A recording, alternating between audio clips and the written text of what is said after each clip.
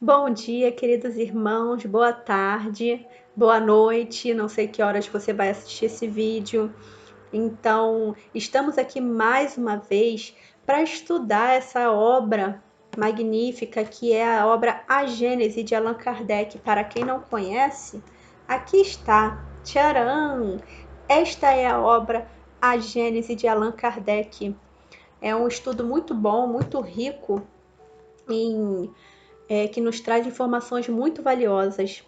E essa semana nós vamos falar sobre os itens 46 ao item 50 do primeiro capítulo. Ainda estamos no primeiro capítulo, né? O título do primeiro capítulo é Caráter da Revelação Espírita. Bom, meus irmãos, no último estudo nosso, nós falamos, dentre outras coisas, sobre os caracteres, alguns caracteres das três revelações, não é? E hoje nós vamos continuar por esse caminho. A primeira coisa, quando a gente está falando das três revelações, a primeira coisa que vem na nossa mente é a seguinte: qual a diferença das três revelações? Né? Pelo menos para mim veio essa pergunta, não sei porquê. Qual a diferença das três revelações?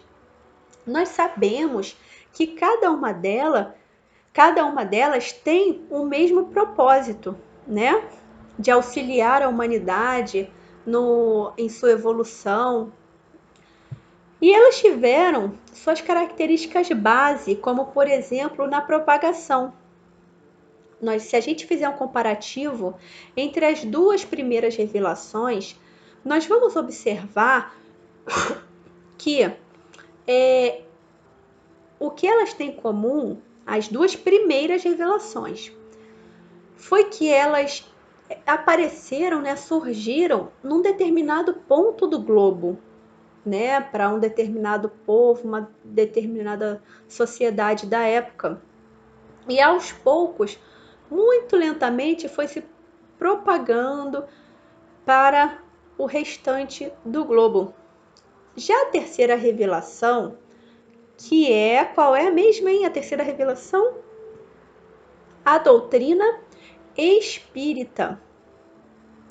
Ela surgiu em vários pontos do globo, através de pessoas diferentes, de idades diferentes, de classes sociais diferentes, né? E intelectuais também. Ela não veio através de um indivíduo, é outra característica das outras duas revelações, né? Que teve um mestre, as duas primeiras, elas tiveram um indivíduo, um personagem como mestre, como líder daquela doutrina, né? A doutrina de Moisés e a doutrina de Jesus. Já na terceira revelação, ela não tem essa personificação. Se a gente for parar para analisar, agora me veio isso em mente, né? Um detalhe. Até mesmo Allan Kardec, né? Se a gente parar para analisar, vamos lá.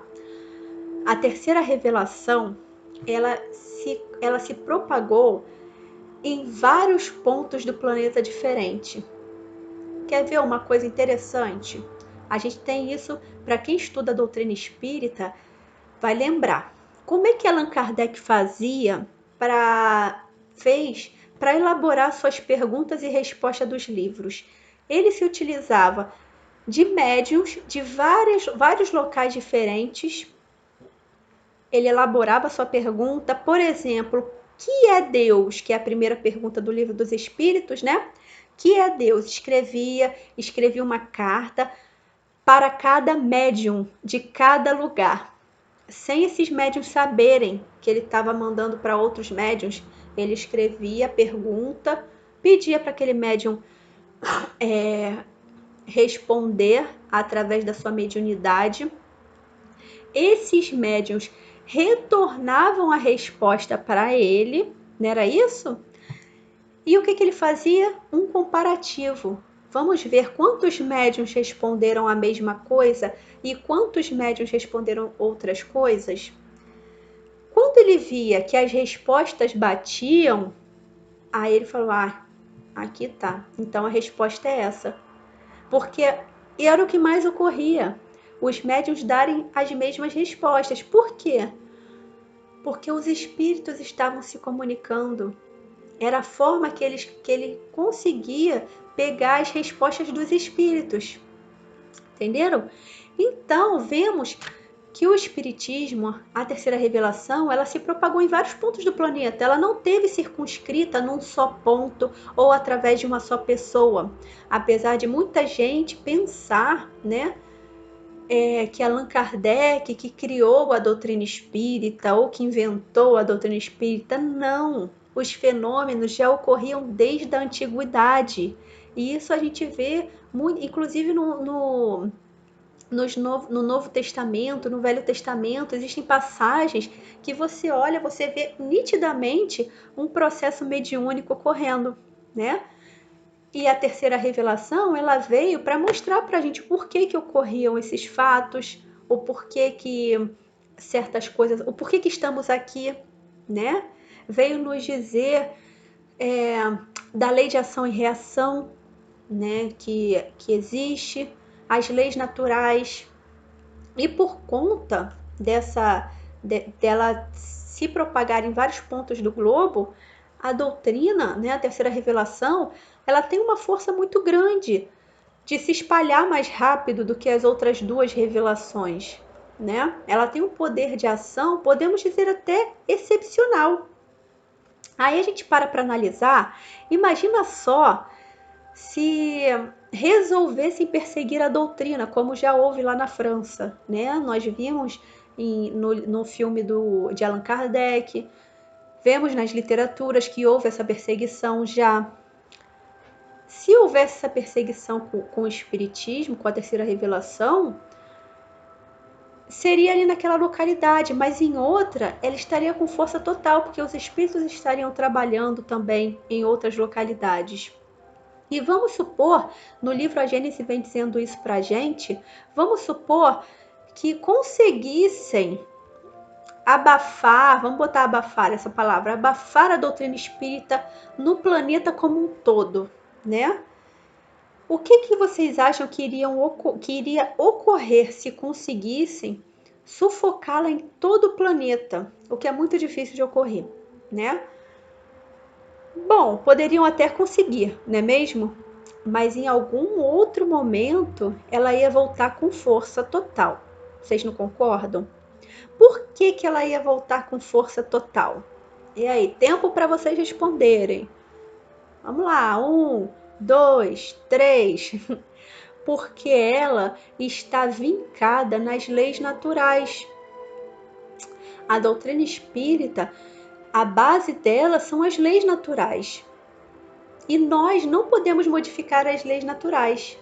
Mesmo que conseguíssemos retardar um pouco, em um dado momento viria tudo à tona, não tem jeito. Hoje, nós vemos uma doutrina que está praticamente em todo o planeta, né? Em todos os países, reunindo milhares de pessoas de continentes diferentes, utilizando o mesmo método.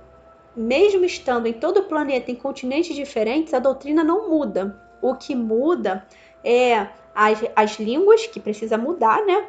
Por conta dos países diferentes.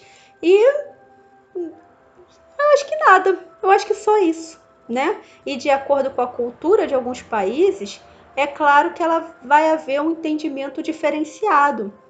Mas a doutrina em si, ela não muda. Ela é a mesma.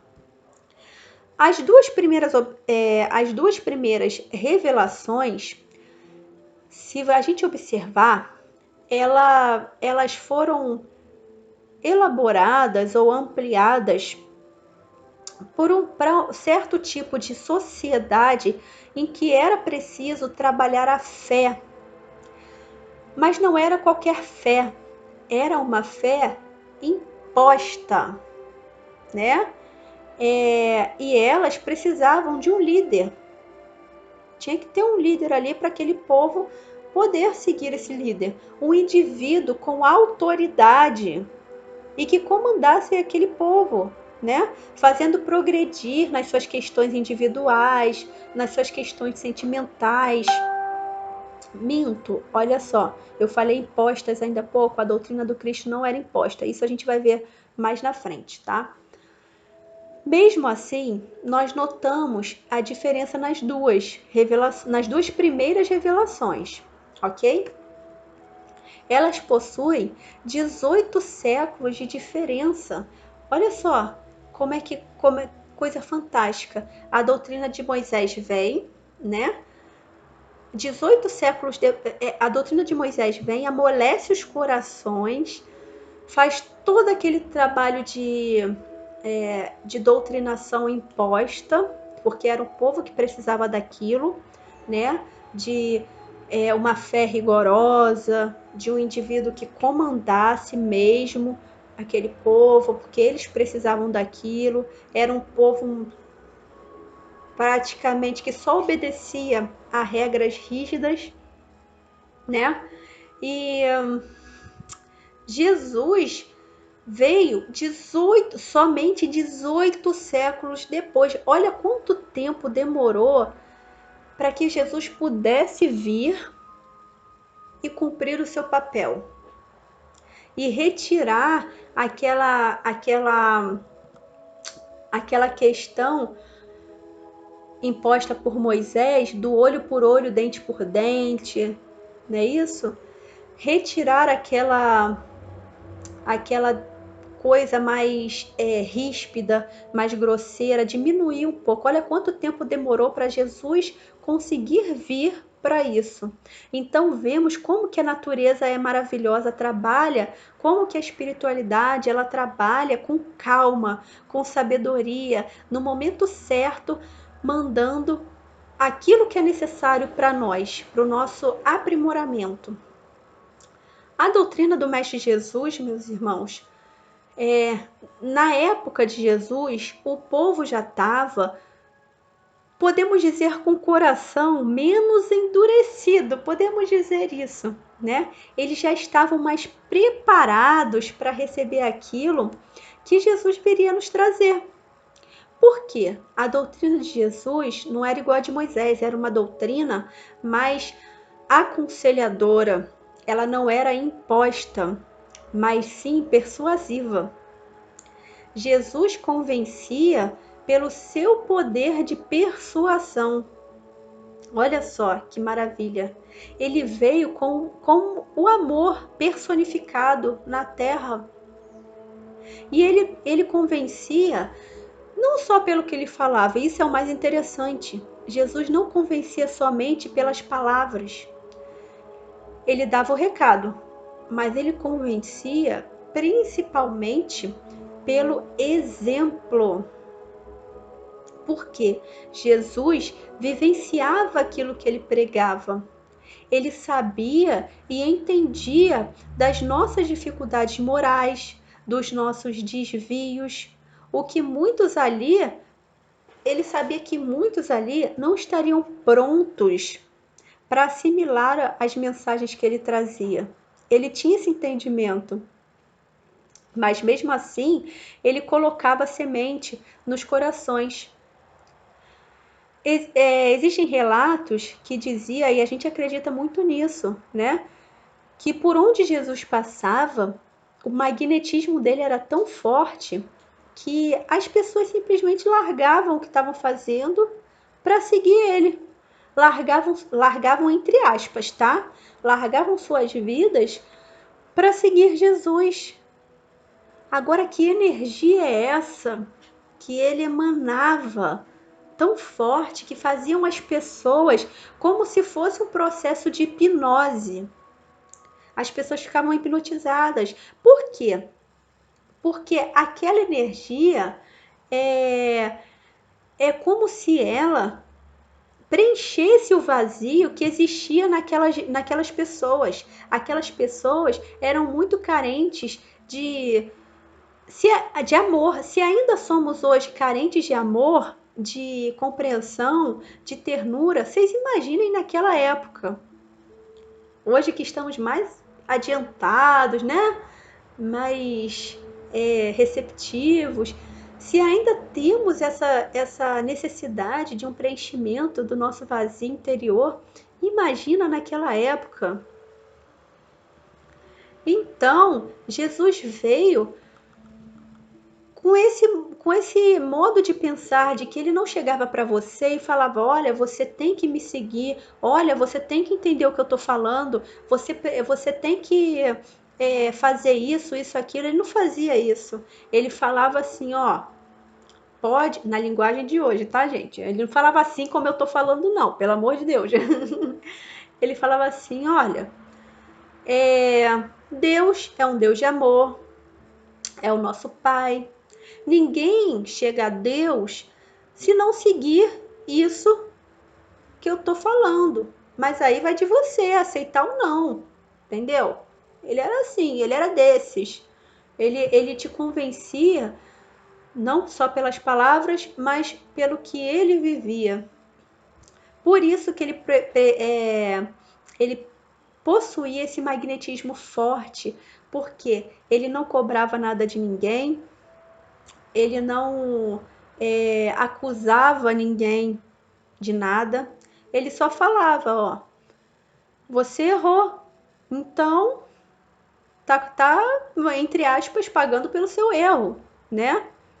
Quantas vezes Jesus curou as pessoas e o que ele falava? Vai que eu te curei? Eu não me lembro de ter visto em nenhuma passagem dos testamentos falando: vai que eu te curei. Não, ele simplesmente falava: vai, a tua fé te curou. Vá e não peques mais. O que Jesus queria dizer com isso? Ó, se você errar, pode ser que você adoeça novamente. Então, segura a tua onda aí, porque não erra de novo não. Eu te curei, agora é contigo se manter saudável. Era mais ou menos isso que ele falava. E muitos caíam no erro de novo e adoeciam de novo. E nem por isso Jesus os julgava. Aí, observando como Jesus agia, a gente para trazer isso para nós. Caramba, será que eu estou sendo exemplo de Jesus nessa vida? É difícil, né, gente?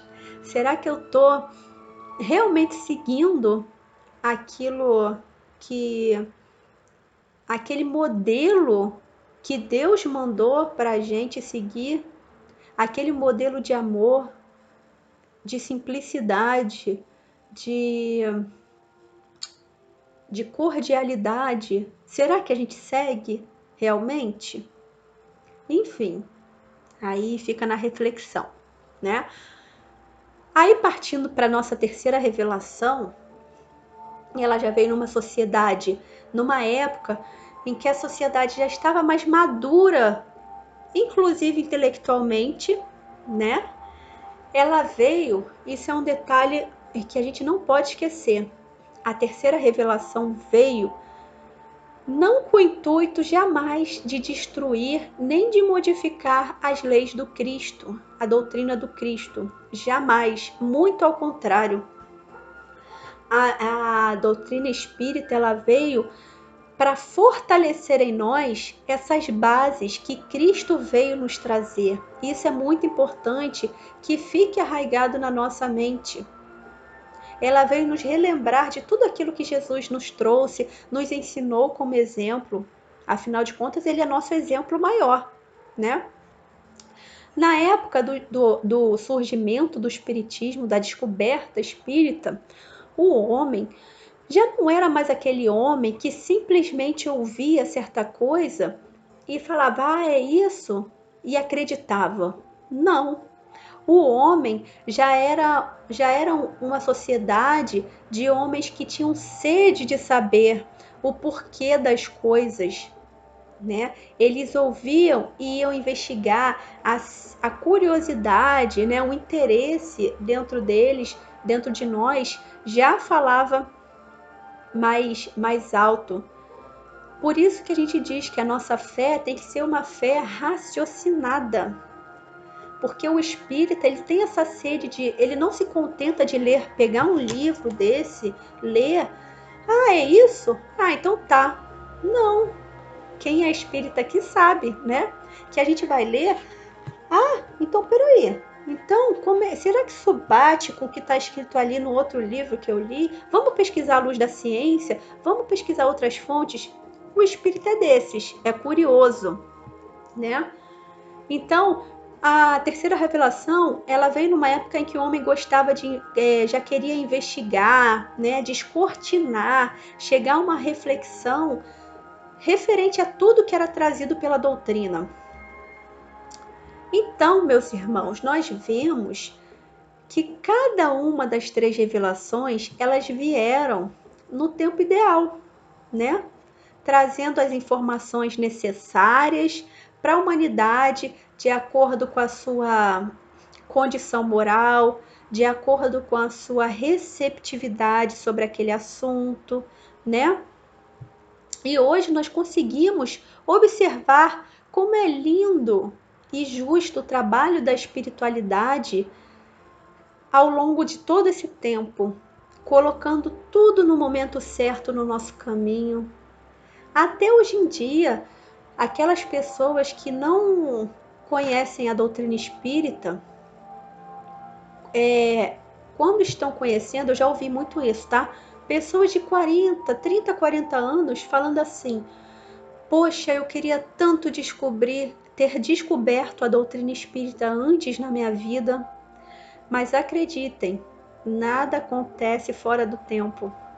Tudo, a descoberta vem no tempo certo, no tempo em que nós temos mais preparo de assimilar aqueles conteúdos. Talvez, se eu com 40 aprendi agora sobre a doutrina, talvez se eu tivesse aprendido com 20, com 30, eu não teria maturidade para entender metade do que a doutrina vem nos passar, né? Então, tudo acontece de acordo como tem que ser. A gente tem que analisar, vamos tomar como exemplo a natureza. Olha que exemplo maravilhoso de regeneração, de calma, que nós possamos utilizar esses exemplos da natureza de renovação a cada dia de nossas vidas. A natureza, a tempestade passa, às vezes a catástrofe vem e sai derrubando tudo. Aí daqui a pouco você vê tudo brotando de novo. Quando tem uma floresta grande que tem esses incêndios enormes, né? Que a gente vê na televisão às vezes, aí aquele incêndio vem e derruba toda aquela localidade, acaba com aquelas árvores, aquelas espécies. Depois de um tempo, se a gente observar, vai começar a brotar, vai começar um verdinho aqui, outro verdinho ali, né? E nós devemos seguir esse exemplo natural de revigoração, de sustentação, de amor, de paz. A natureza, ela trabalha silenciosamente e no tempo que tem que ser. Então, que nós possamos seguir esses exemplos, construindo em nós essa sustentação da doutrina de amor em nossos corações.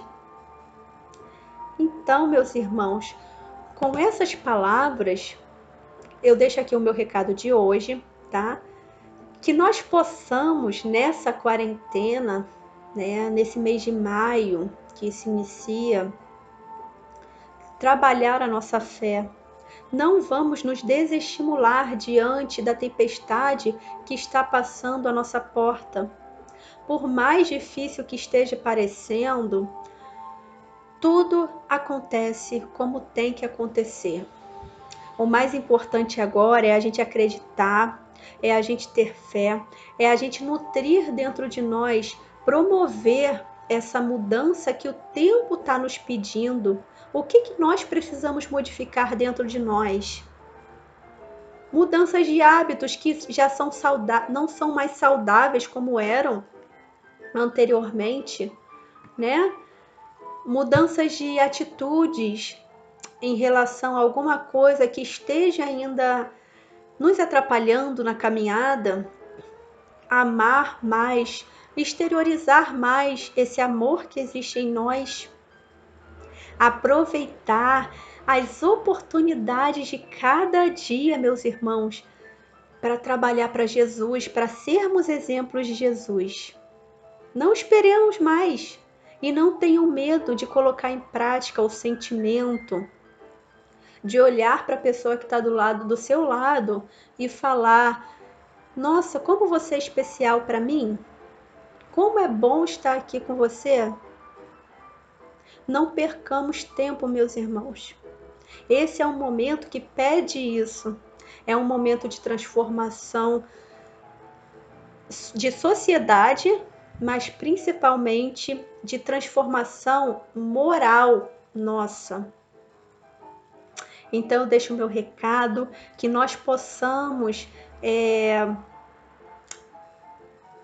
nos melhorar e aprimorar os nossos dons, porque todos nós temos. Acreditem em vocês, acreditemos em nós mesmos, porque todos nós temos um dom, basta a gente colocar em prática, tá ok? Um grande abraço para todos vocês, um ótimo sábado, um maravilhoso final de semana, e que essa semana que vai iniciar nas nossas vidas possa ser uma semana positiva, com notícias melhores, e que principalmente, meus irmãos, nós possamos ser pessoas muito melhores. Um abraço e boa tarde a todos vocês.